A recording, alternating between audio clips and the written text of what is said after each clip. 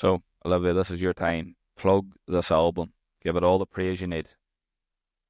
Yeah, so my album Start Again by Olivia Millin, it's Oliviamillin, is coming out on February 28th this Friday. And my Instagram is at Olivia with an extra A, Millin with an extra N. That's Olivia, Oliviaiaolivia. So tell me, who is Olivia Millin? Hi, my name is Olivia Millin. I am a J-pop artist, and my specialty is creating fusion songs between English and Japanese, sort of like a hybrid between the two. What's annoying you this week, Olivia? Yeah, so actually I was creating this book nook thing. If anybody knows what a book nook is, it's like this wooden thing that you take and you punch out the little pieces and you assemble them together like Legos. And The jigsaw. I was yeah, and I was assembling that, but the two notches wouldn't stick together when I was finally done creating it. And I had to nail them together, and it took like 3 hours for me. So that was probably the most annoying thing I've been through this week because I was just so frustrated about that. Yeah, frustration annoys me 90% of the weeks because little things annoy me. Like right now, I've made my mouse cursor a little bit too big and I don't know how to fix it. And it's just kind of wobbling around my screen. And it's like, I'm trying my best to Yeah. focus and keep looking at the camera, but I can see it in the corner of my eye. So Oh no. we'll move on. So in your intro, you said that you were a J-pop artist, and I think that this is the main reason I brought you on is because I know from my personal opinion, I don't know what J-pop is. I had to Google it, so I can imagine a lot of other people will be the same. But like me, when you do find out what it is, you notice it a lot more because you've probably heard J-pop in things like anime. So can you explain what J-pop is for anyone like me doesn't know? Like Break it down. K-pop, J-pop has the same acronym. So Korean pop, it's Japanese pop. And although my work isn't 100% Japanese or 100% English, I still call it J-pop. Is there a reason it's not fully one or the other? Like, as if you found that maybe the mix is better for telling your stories because you can fade in and out of cultures? Yes, that is one of the reasons. Another one of the reasons is I do want to appeal to both of my American and Japanese audiences. I am traditionally American, so I do want to appease my American audiences as well, but I have a high affinity for Japanese culture, so I learned the language, and although my lyrics are in Japanese, the message can be portrayed both ways.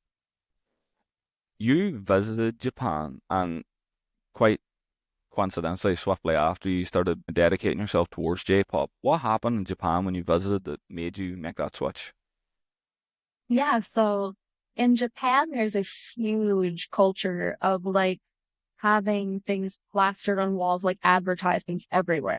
It's a huge, Tokyo specifically, it's a huge advertisement city. And there's advertisements on screens, on the train, everywhere. And that really inspired me actually to start making music again because I had made music before that, but I didn't make J-pop because I wasn't conversant enough in Japanese. So I really decided after that, I loved the culture. And after I'd been there, that really locked it in for me. You know, it's like, this is what I mean.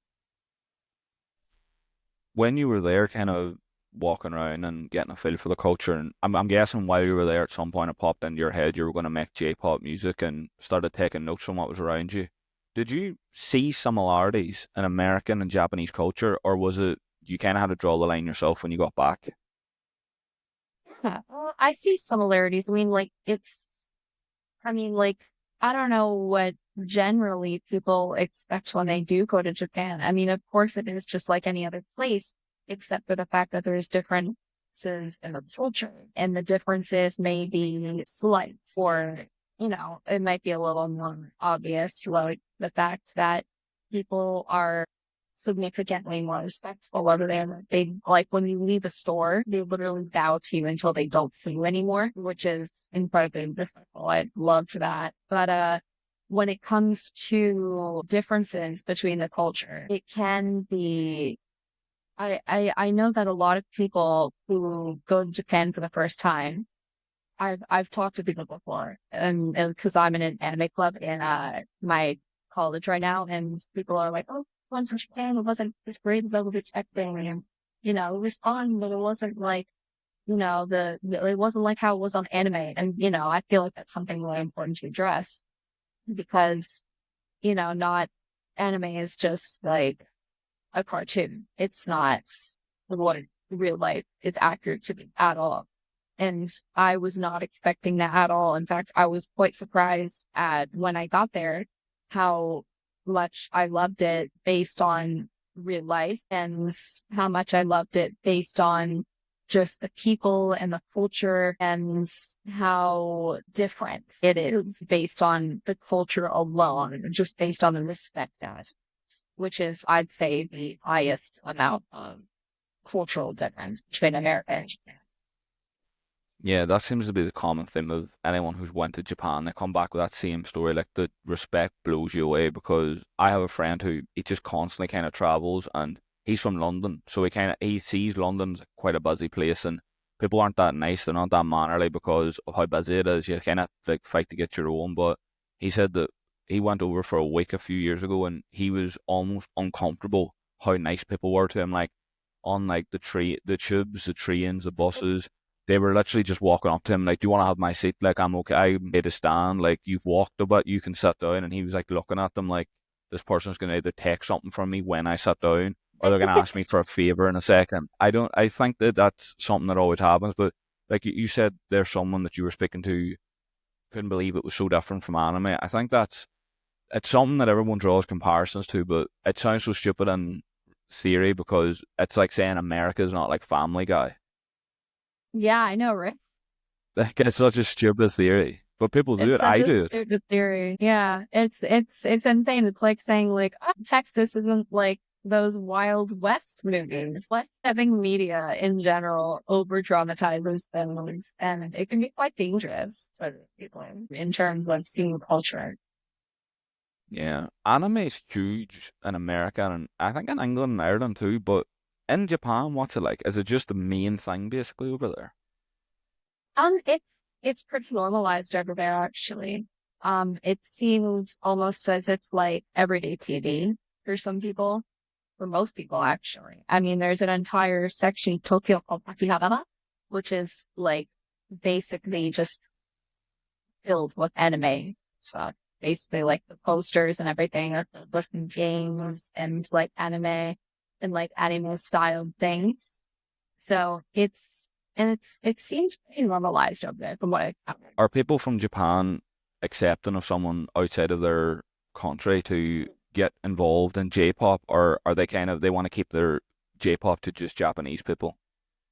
Yeah, so I think they're really accepting for other people to really spread the message of their culture because when it comes to other people really accepting their culture, they do have a tendency to, at least from what I noticed, to appreciate from what I've seen a lot of interviews from Japan, like seeing things like, I don't know if you've seen it, but Katy Perry did a performance in a geisha Yeah. style. She had like an umbrella, a traditional parasol, um, and a kimono. And a lot of American people were bashing her for cultural appropriation, but the Japanese people thought it was beautiful. And that's something that I think really needs to be addressed.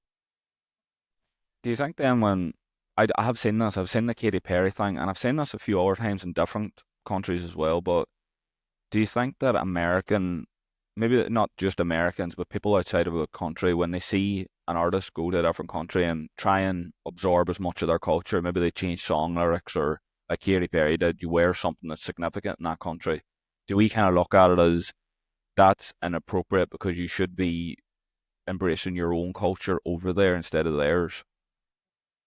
Honestly, I don't know what it is. I think, honestly, my theory is that people tend to, I guess, blame that culture and almost defend it for the other culture. You know what I mean? Yeah, it makes Like, sense. I feel like, for example, if I started speaking in Japanese, someone would say, "Oh, you can't speak in Japanese. That's offensive to their culture." Like, I I never think they're mocking understood it. that. Yeah, they think you're mocking it, but it's not their culture to defend. So, and I did release a post about that a while ago, and I received one comment that was like, "Well, that's not your decision to make either because you're white." And I'm like, that. I mean, I didn't respond to it, but I thought, well, whose decision is that ultimately to make? That's the culture's decision to make. People are gonna find a way to hate regardless, but that was another thing that I did want to ask you about because I could kind of tell those comments were going to come on your post, especially if they are both Japanese and English. Because I don't know now if this is just maybe in America, but it kind of seems like even when Spanish people start releasing music in America, it's not kind of blocked out, but it comes with a little bit of fire to it. Have you found that American people have accepted you bringing Japanese into your songs and your stories, or have they kind of been a little bit reserved to like maybe she's hitting the wrong target audience here? Honestly, every person that I ask that's been a stranger to or a fan who I'm not friends with necessarily on the terms of personal connection have been very supportive. The only people who were non-supportive, you're going to find this really funny, is the people in the anime club at my school. They hold But out with pride. you'd think they'd be the most supportive, but they were like, this is cultural appropriation. Why do you need it? It's just stick with their like American culture. And I was like, I don't, they just don't understand. You know what I mean? And it's at that point, it's like, I try to explain, but they just don't get it. They're just kind of people who like to hate for no reason. I mean, I think they've gotten, it was honestly putting an account of they is a little, too much actually, because it was really just this one person. But, um, it was it was this one person who basically said that multiple people were saying that against me, but I necessarily like Probably bullshit. it's probably you got that. Because the rest of the people are quite nice to me and they seem to be supportive of my work. But every other person that I've talked to, the only question that I get to seem to be asked is, what's it like to be a white person, an American doing J, you know what I mean? Yeah. And it's, it's, I find that question interesting because it's like, there's nothing really different about it, whether I'm white or Asian or any other culture. I'm making music that I feel is true to myself and can be related to other people. So that's at the end of the day what I feel like I'm doing. Yeah, I asked on Reddit for anybody's questions about people coming into like J-pop or Americans crossing over genres, and that was one of the questions was, do they get stereotyped because people in America don't believe white people who are American should be moving into Japanese culture? But it doesn't really make sense to me because there's no part of Japanese music that's race based. Japanese music to me seems to be, from what the lyrics have translated, seem to be just stories about life and what people are doing and how they feel about certain times. You don't need to be one race to have all those stories. You can be any race to do it. Like you're American and you have stories that the Japanese can understand. But have you had any people that kind of back your corner about those questions about being white in the Japanese music scene? Because I would imagine Japanese people would be quick to defend that. Yeah, actually, I have a few Japanese friends and I have gotten into conversations with them and other of my white friends who have had, conversations about, oh, should she be doing J-pop? Is that appropriate? And my Japanese friends have been like, of course it's appropriate. It's sweet. And at the end of the day, it's really just music that unites people in general. And the fact that people can see an issue with that really confuses me Yeah, music. because Yeah. I don't see race as, like you said, I don't see it as an issue in music in general because music is something that really what I try to do with my work is to unite people based on the human experience. And what I don't understand is how a human experience can be like bloom, which is one of my top things that I write about because that's been one of the most experiences that I've had.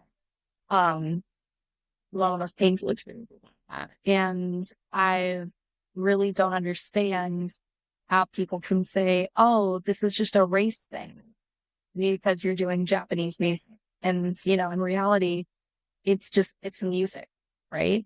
Yeah. It, I spoke to someone who's Spanish about this, and he said that the second you put a different language into the music, you're going to be held according to that culture, and whether if you're not directly a part of it, doesn't matter whether you can speak it perfectly, doesn't matter if you've lived there, you're going to be judged on that culture you're from.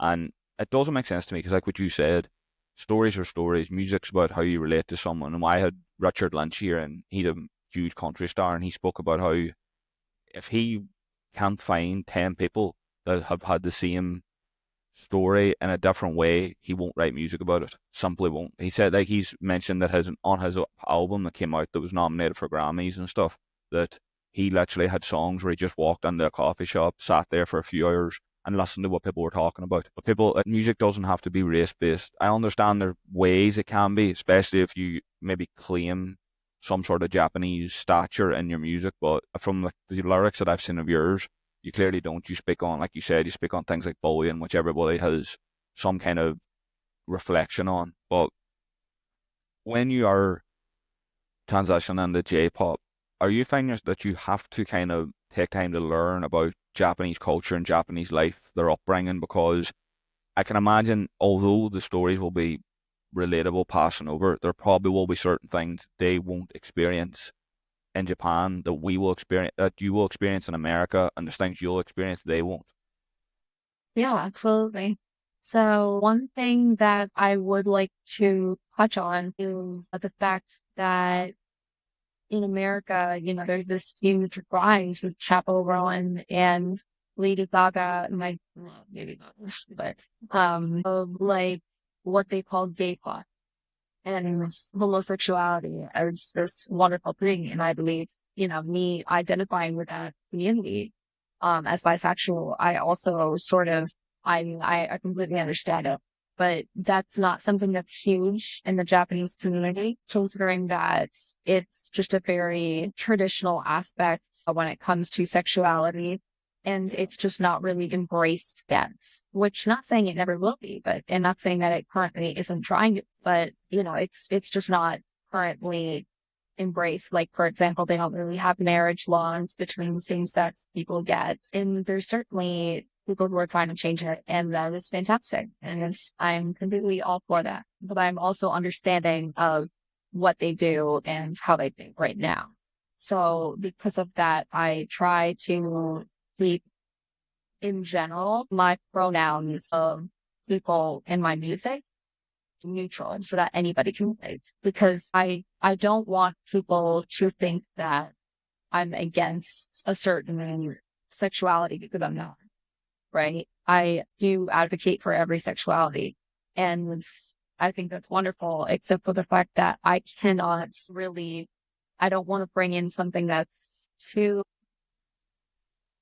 confusing Yeah. for other people when they don't really have experience with it. Like you said, I don't want to write about something that people can't entirely relate to.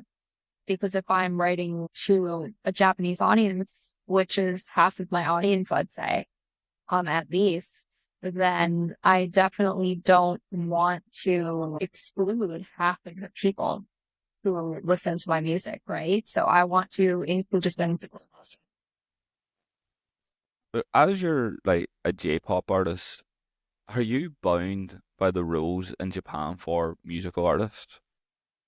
I would really say bound by any particular words. There are certain things that I have to adhere to, such as vulgarity, such as like when it comes to vulgarity, I found that the Japanese audience doesn't really resonate with that as well as American audiences. On American audiences, you'll hear like in modern music or rap or pop culture, something that's very, I guess, for lack of better words, vulgar. They'll Yeah. talk about, a lot of sex, a lot of drugs, and there's nothing wrong with that. And it's just the fact that the Japanese don't exactly see, from what I've seen, the Japanese don't exactly see that as something that is that enjoyed, because it seems the cultural belief stems from respect, from what I've seen and from what I've experienced going there. And those kind of things aren't very respectful towards anyone. Is that the only topic that you kind of had to stay clear of, or is there other topics you can speak about, but you kind of have to limit what you say? Not really, other than that. I mean, other than from what I said earlier, I think that's about it. Japan has this rule that I only found out about that I wanted to bring up, that they don't allow J-pop artists to date for 3 years after their debut release. Do you have to follow that, or because you're still American, you are excluded from that? So that's actually an item. So there is a traditional difference, a cultural difference between J-pop idols and J-pop artists. J-pop idols are more focused on the cutesy side. They usually debut with an agency and a group. It doesn't have to be everybody usually does. They perform mostly live. And that's kind of the whole thing. For the fact that they're in a group, the whole thing is that they're not allowed to date because they might be seen as, um, for lack of better words, they want to be, sorry. Um, I feel like Japanese idols are really seen as admirable, and dating can sort of ruin that, which Yeah. is, I guess, the labels or agencies reasoning. I don't agree with it at all, but I can understand where they're coming from, I suppose. Um, but, I'm not a J-pop idol, and I don't think I ever really considered myself an idol. There was an idol inspiration that really came from me when I was doing listening and bringing it down. So it was really stemming from idol culture and the music and everything. And the style of music and the lyrics, it was all really stemming from idol culture, but I would really consider myself a J-pop artist, and J-pop artists do. I had to But ask of it. course, it depends. It depends, of course, what the label is.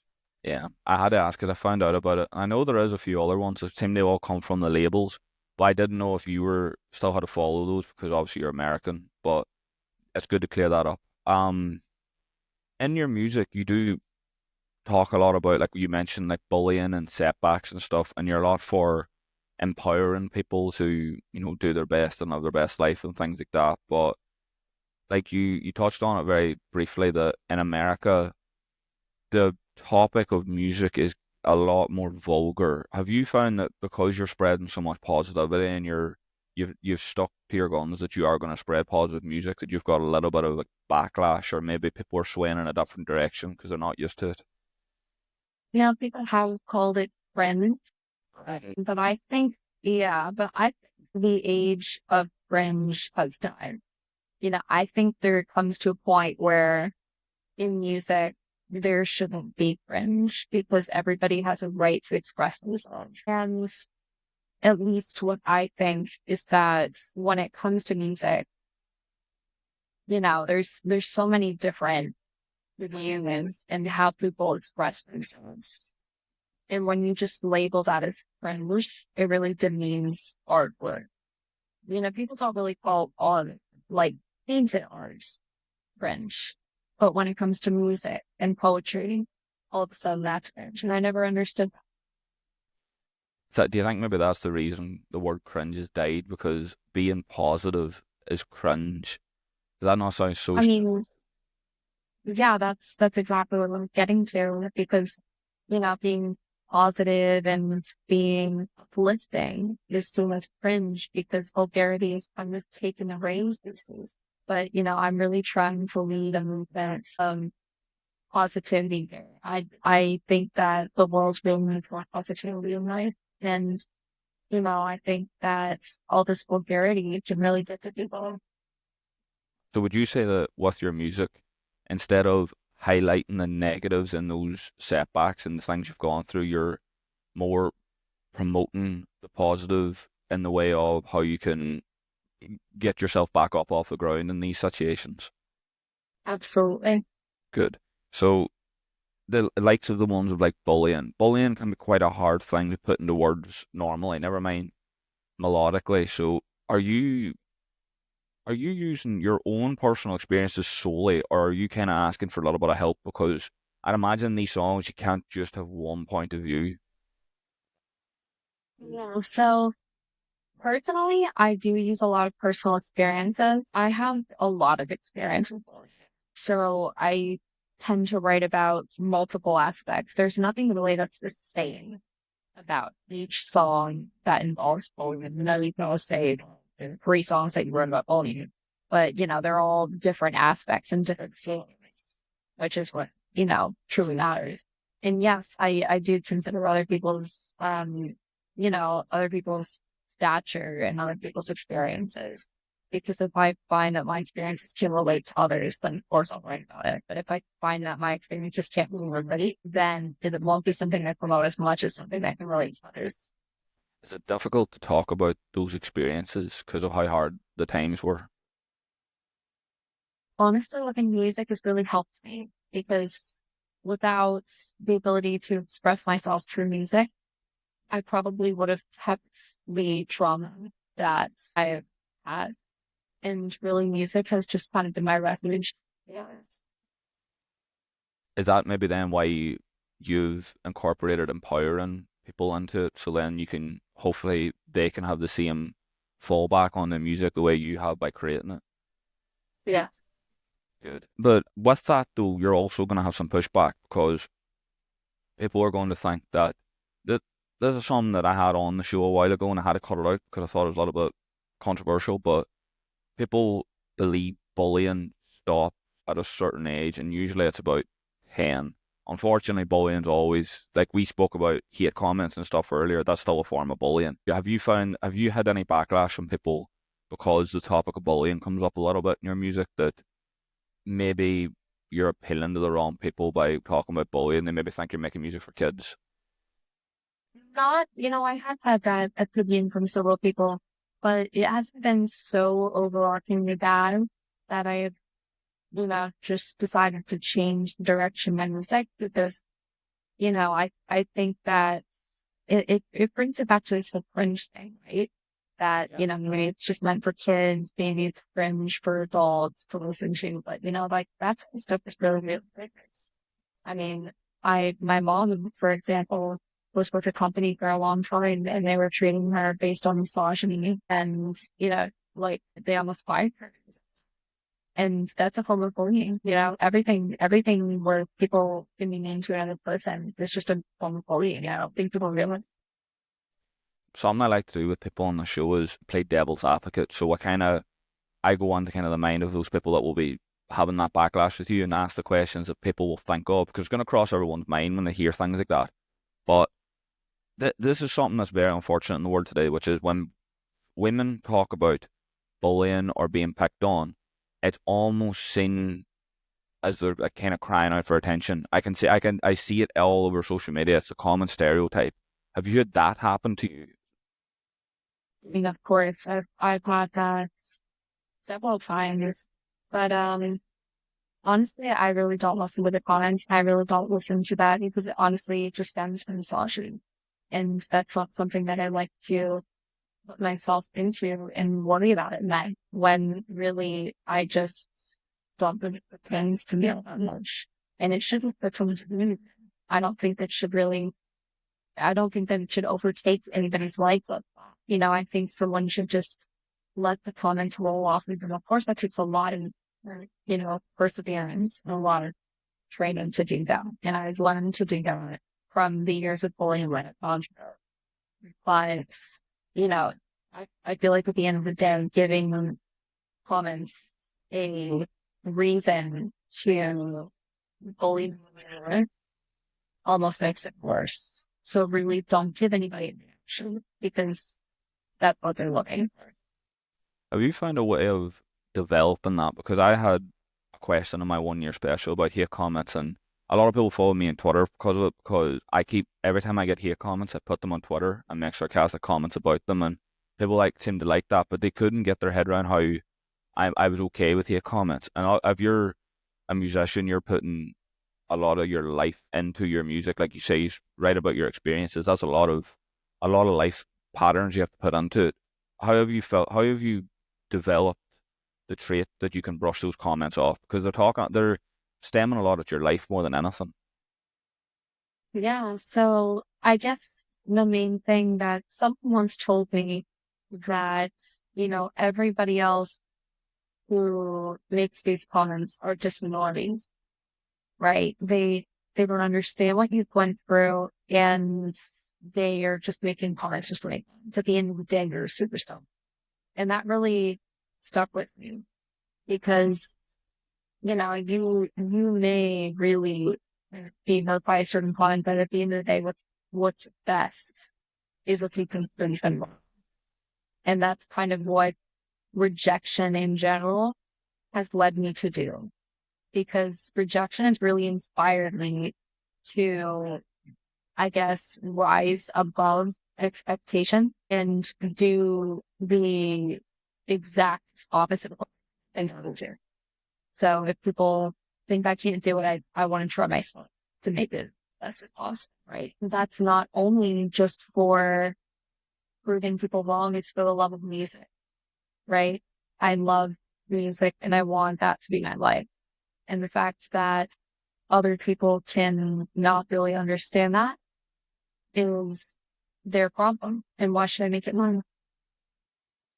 We mentioned about misogyny and stuff in music, and this just popped into my head, which I had it in my head earlier, but I don't know if this will relate too much with J-pop because, like you said, J-pop's all about respect and stuff, but misogyny in music seems to be really, really apparent. There seems to be a lot of things that male artists can talk about, no problem, and they probably get the best reactions from. But if females talked about it, it's seen as not, I wouldn't say like dirty, but it's seen as no, it's tainted. The music's kind of crying out for validation or attention. Have you noticed that in the music industry? Because you might not get it too much in J-pop. Yeah, of course I've noticed that in the music industry. I think just in general, women don't want the same privileges men when it comes to writing about lessons and stuff. And, I think it's empowering for women to write about sort of whatever they want, um, even if it's vulgar. I mean, that's their decision at the end of the day. But, it's really epidemic how misogyny works, you know? I think the playing field will ever be level. Maybe eventually, but I think it'll take a while. Yeah, it's kind of like we were speaking of the Lady Gaga and stuff with this like gay pop type of genre. It I think that a lot of countries will. I don't think it's they look down on it. They maybe just don't understand it because, like you mentioned in Japan, it's very traditional. I know in the UK and Ireland, it's not. It's not that it's looked as we don't want it in music because it's traditional. I think it's more people just don't fully understand yet, mainly because there isn't that many laws. I know they're making a lot of progress with it, but it's not quite there to the point where anybody fully understands it. I feel like we need legal outlines before we know what we're doing. And if someone who's bisexual and crossing over two different cultures, have you found that you need to stay away from talking about maybe your personal life and aspects because it might not be related to the best because you have those two areas that they're kind of not fully understood? Honestly, I consider my personal life as my work life because I don't think my life revolves around music. And so because of that, um, I really do write about everything that I feel and everything that I think is going to be related to others. Um, like I said earlier, I also do, try to keep my pronouns general and not specific as to apply to a broader range of things. when you say that your personal life is kind of like your work life because it all revolves around music, have you found it hard then to switch off, kind of, because that is something that I know a lot of people that are listening to this that are working on something on the side, they'll have real issues switching off and going back to normal life. Do you have issues with that because you're always thinking, can this be part of the music, or can we do what we're doing here now as a story or tell this experience? Yeah, I mean, I don't really mean by switch off because I don't really switch off in the sense of my work or personal life, considering I think it's really just blend into one life. Um, I don't really understand what it means to not think about work life or personal life. Like I'm always thinking of different ways to write music. I'm always writing. Lately I've been writing a lot. I've been writing at least like one song a day. And when I'm not writing, I'm dancing. And when I'm not dancing, I'm working with my Japanese. And when I'm working with my Japanese, that's for my music as well. So So, what can people expect from this album in terms of stories? I think it really gives me a sensation of start again, right? Start again to me means that one can be ready to change and other change can be very scary. And I understand that. But at the same time, I think that change can be empowering. And that's what I really want to embrace or start again. Did you find it hard to make this album considering the topic? Because, like you said, you struggled to put "start again" into words. Like it's difficult for anyone whenever they have to face to start again. It's probably the reason most people spiral completely off the wrong end. Was it hard for you to put it into words? Absolutely. I mean, I think I'm better to put stuff in music than in words in general. When it comes to interviews or just talking about music in general, one thing I just would rather have is people listen to my music because I think that they can understand everything that they need to understand there. You know, when it comes to singing or talking, I'm really more adept at putting my energy with my ability and talents and time listening rather into talking.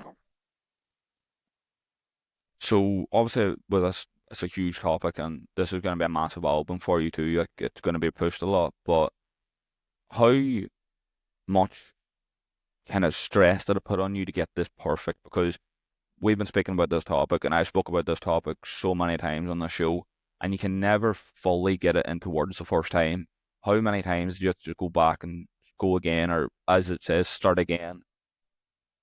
Yeah, actually, what I do is I take like a 4 hour block per song to write, and I'm constantly going back, you know, researching the certain ways to say something in Japanese because it never, it may not come to me at first. You know, a lot of people think that I may be fluent in Japanese, you know, like completely writing and reading and talking, right? But I still have so much to learn, even when it comes to culture, that, you know, like when I do write music, I still do have to do some research when it comes to the culture and the language. And that's really, honestly, a great experience for me because I love to learn Japanese.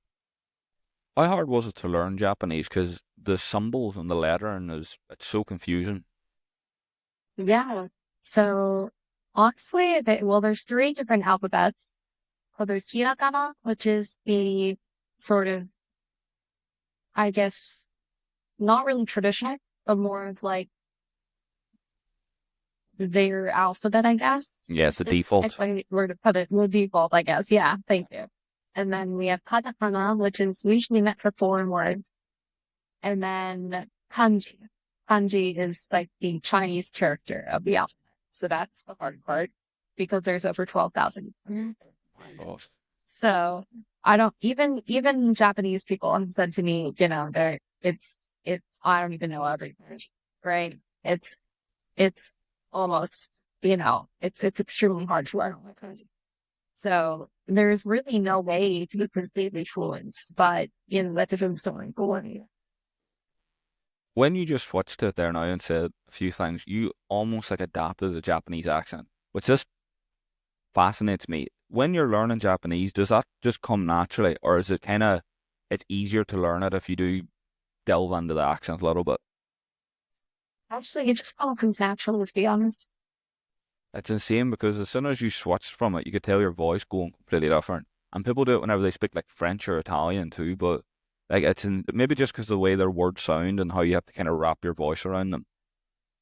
Yeah, I've actually gotten extreme backlash on my voice in Japanese because I've been told that, oh, it sounds like you watch too much anime. It sounds like you are trying to imitate someone who's Japanese. And really, I'm not trying to do anything. It's just how I speak. It's just how my voice comprehends the accent in general.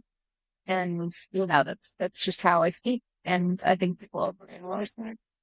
We spoke about the backlash from American people, but is that the typical backlash from Japanese people that you've watched too much Absolutely not. anime? No? Absolutely not. No, I've gotten the complete opposite reaction from Japanese people. I've gotten feedback that my accent seems natural. I suppose they're probably used to people trying to learn their language. I think like Japanese and Korean and Chinese are like the hardest languages to learn. So I suppose they're probably natural to it. But have you found that learning Japanese, speak, and then learning how to put it into music is two completely different tasks? Sort of. I don't really, honestly, putting the lyrics is writing a lot more artfully. And I found that challenging at first. But now I feel like it's coming a little more easily to me as I've done it more and more. But when it comes to speaking and singing, technically, like the technical speaking of words coming out now it sounds, it honestly just feels very natural. I don't feel like I have to try doing it.